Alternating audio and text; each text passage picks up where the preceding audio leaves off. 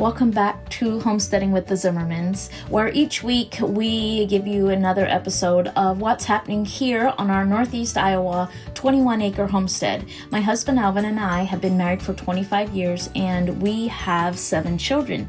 5 of those children still live at home. Our oldest 2 are married and no longer live at home, so this means we also have 2 son-in-laws and 1 grandson so far. So on our 21-acre homestead, we seek to preserve the self-sufficient lifestyle of our old order Mennonite heritage for the next generation. We involve the children in every aspect of the homestead, from raising and harvesting our own meat, gardening and preserving to fill the family's larder, or preserving the dairy from the family milk cows, plus all the many other skills that develop the character and integrity and relationships of a family that seeks to bring glory and honor to their Heavenly Father.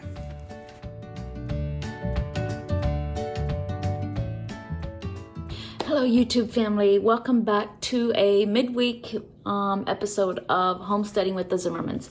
Today I am in my kitchen, and as usual I just take you along with whatever is happening this week on the homestead.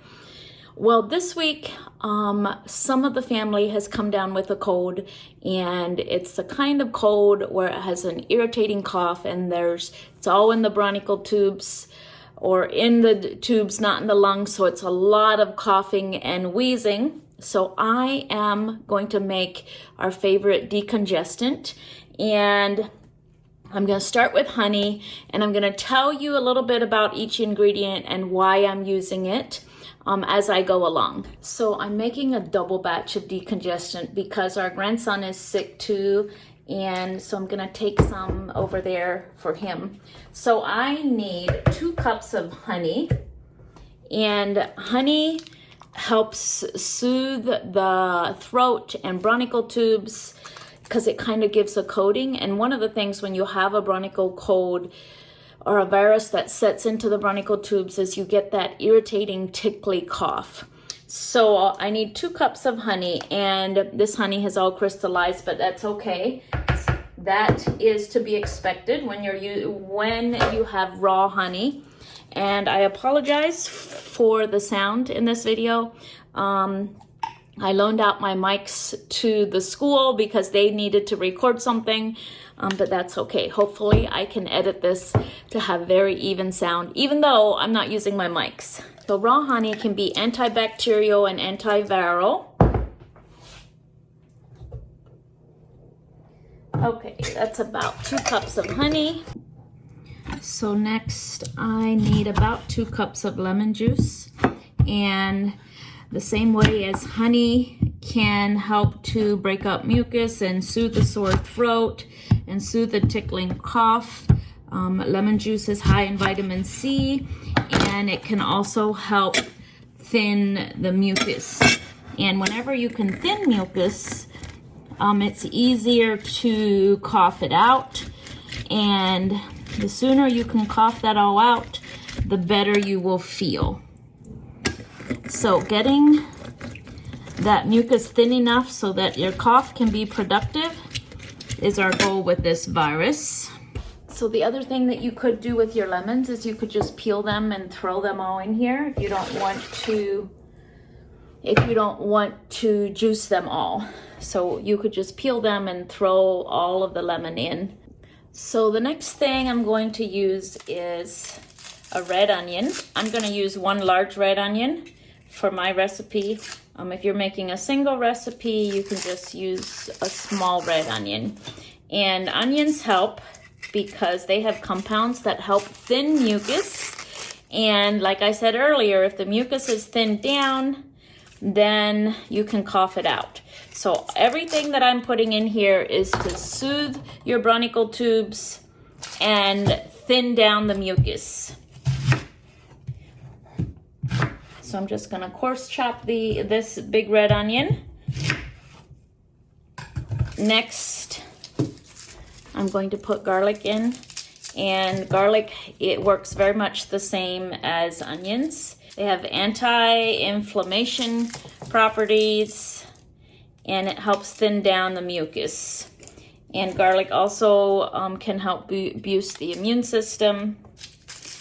Garlic is probably my very favorite when it comes to illness, especially respiratory illness. So for one recipe, you want like 5 to 6 cloves of garlic. And I'm, of course, making a double recipe. All right, we've got our garlic. Okay, the very last ingredient that I'm going to add is radishes. Now, radishes do the same thing. They have compounds that help thin down the mucus, and they give off a vapor that soothes your throat and your nose, and they're high in vitamin C, and they help thin down the mucus so that you can cough it out, because we never want to suppress a cough. When we have a cold, we just want the cough to be productive. So I'm gonna rinse these and add them. All right, so now that we've added all of our ingredients, we're just gonna blend them together.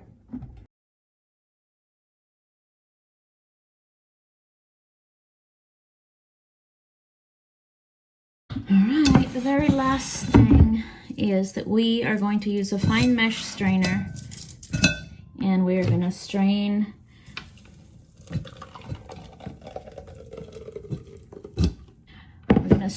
all the pulp out of there.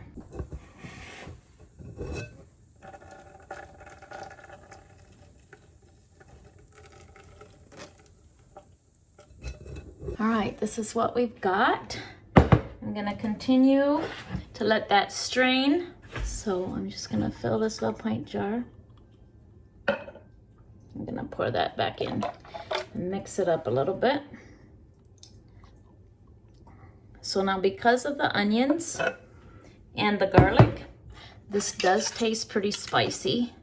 My kids don't complain a whole lot. Our grandson will take this. But if it's too spicy for your kids, just add a little more honey and water it down. So I'm gonna let that strain. I am going to take these onions. I'm gonna go make an onion poultice for the bottom of our grandson's feet and his chest and his back. I'm taking this. I'm taking this mullein tincture because that's very good for the lungs. I'm taking some eucalyptus oil, and we are going to make a eucalyptus steam tent. And then I'm also taking some garlic fermented honey. I'm gonna give him some of that.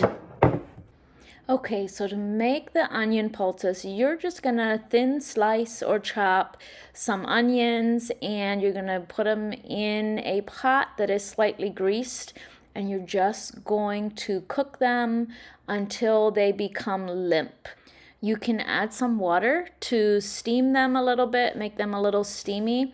And then as soon as they are limp, you take an old sock or an old piece of a t-shirt or anything like that, and you're going to spoon the onions into this cotton rag, or you can use a cheesecloth or a old wool sock or any kind of sock, and just make a nice pile of your limp onions.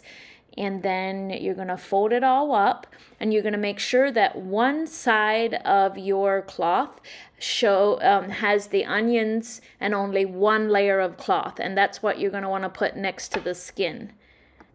So after you've tested to make sure that the onion mixture is not too hot for the skin, this is when you can apply it to the chest or the back.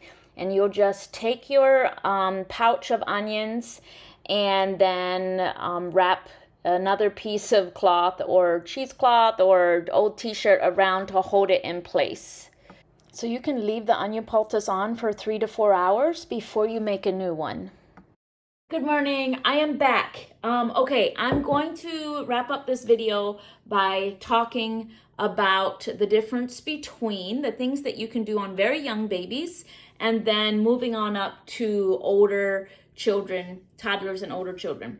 So one of the things that always tripped me up was when I had babies, infants that were too young to take any tinctures or orally, things that I knew would help them. So garlic salve, and I will link this video for you.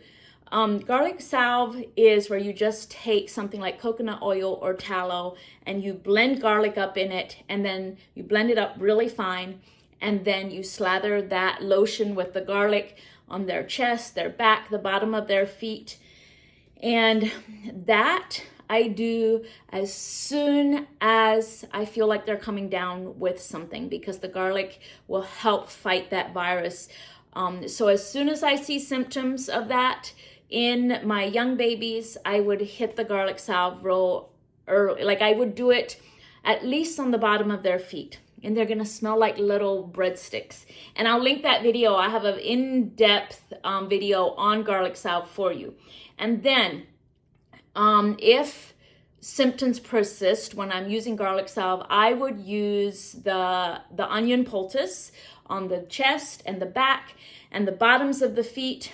And when you want to put onion poultice on the bottom of the feet, it's very convenient to just saute your onions. Like just take a whole slice of onion, saute it until it's limp, and then take that whole slice of onion, just put it on the bottom of the foot and put the sock on over it. So that's usually how I put onion poultice on the bottom of the feet with my young babies when I wasn't super concerned, but I wanted to help them, because putting the onion poultice on the chest and the back is a little more involved and it's difficult, and often if they're not feeling well, they don't really like it.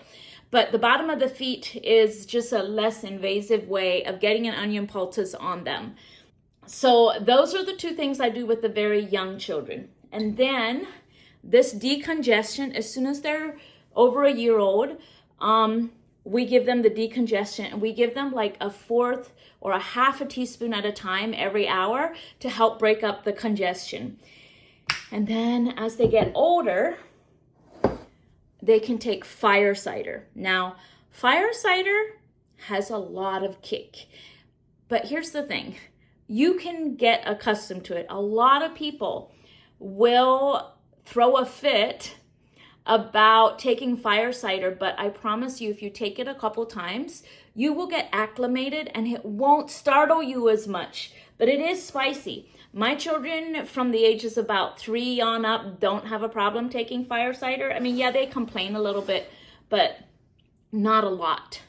Okay, so fire cider is one that we all take as a family as soon as we feel something coming on. And I'll link my video on making fire cider, but don't forget, from my good friends at Farmhouse Tea, you can get the dry fire cider mix that you just add vinegar to, and you can let it brew for 2 weeks, and then you've got fire cider. So if you want fire cider, don't forget, you can go to my friends at Farmhouse Tea and get the mix. This is so simple and so easy that in the middle of the winter, when I think we're running low, I'll just order this and make a new batch. Instead of buying all the veggies that I didn't grow, like if I run out in the winter. Anyway, don't forget, check them out. I'll try to add a QR code to their store, so those of you that are watching on the big screen can just scan. So anyway, there is some good home remedies that I hope that you use and gain confidence in using. And here's the thing. Sometimes you still need to end up seeking medical attention, and that is okay. The difference between home remedies and seeking medical attention should not be a black or white issue. You as the mother or as the parent know when it's time to go. But with home remedies, I can tell you that if you start at the onset of the virus, if you start right away in the beginning, they will almost always work. But sometimes what happens is we think, oh, it's just a little virus, right? Because the last couple viruses were just little and they were mild, and then it ends up being a big one, and we should have been proactive and now we're reactive. And with home remedies, it's much, much harder to treat anything when you're being reactive. So being proactive with home remedies is going to be my best advice to you. And sometimes if you're like me, you end up being reactive and trying to catch up and support the body after it's already been stressed. And there is no shame in doctoring with home remedies and then still ending up having to go seek medical help, because you as the mother know when it's time and when it's been too long, and all of that. Here's what I can tell you in my experience with viruses. With viruses, it's almost always 3 days. So for example, your child comes down with a cold or a sickness. Day 1, day 2, day 3. After day 3, there should be improvements in their symptoms. That is kind of what viruses always look like. After day 3, if they're not better, I start getting concerned about a bacterial infection. But here's the other thing. Some viruses in some people can hold steady from day 3 to day 5. So what I always look for is if they're not getting steadily worse after day 3, I don't get concerned. But if after day 3, they get worse and worse and worse, then I get concerned that we've got something else going on. But I've many times told myself, today's day 3, I bet tomorrow will be better. And almost always, day 4 is not worse.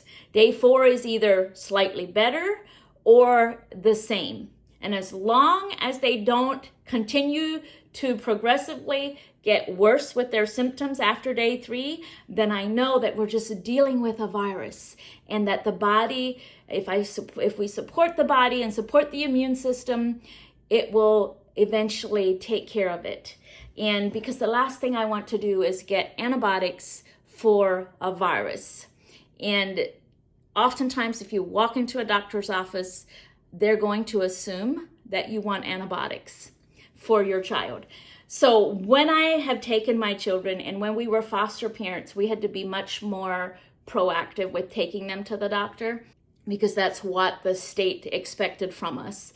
So if they had a fever, we had to go. And I learned to walk into the doctor's office and say, I want to avoid antibiotics if at all possible. And I just want you to tell me if you think this is a virus or if it's a bacterial infection or an infection of some kind. And if it's a virus, I just want to go home and let the body do its thing. So I learned to walk into the doctor's office and say right off the bat, I'm not here for antibiotics. I'm just here to get your medical opinion on if this is a bacterial infection or a virus.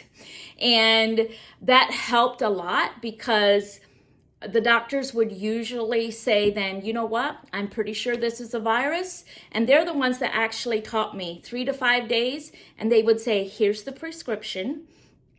If the symptoms aren't better by this day, then I would fill it. But most likely, if it's a virus, they taught me, you will know because the symptoms will get better and the body will take care of it. Anyway, I'm jabbering on. I've got cheese in the pot that needs to be made. The curds need to be cut. Thank you so much for being here. And all the videos that I've talked about are linked in the description or will show up as an option at the end of this video. Thank you very much.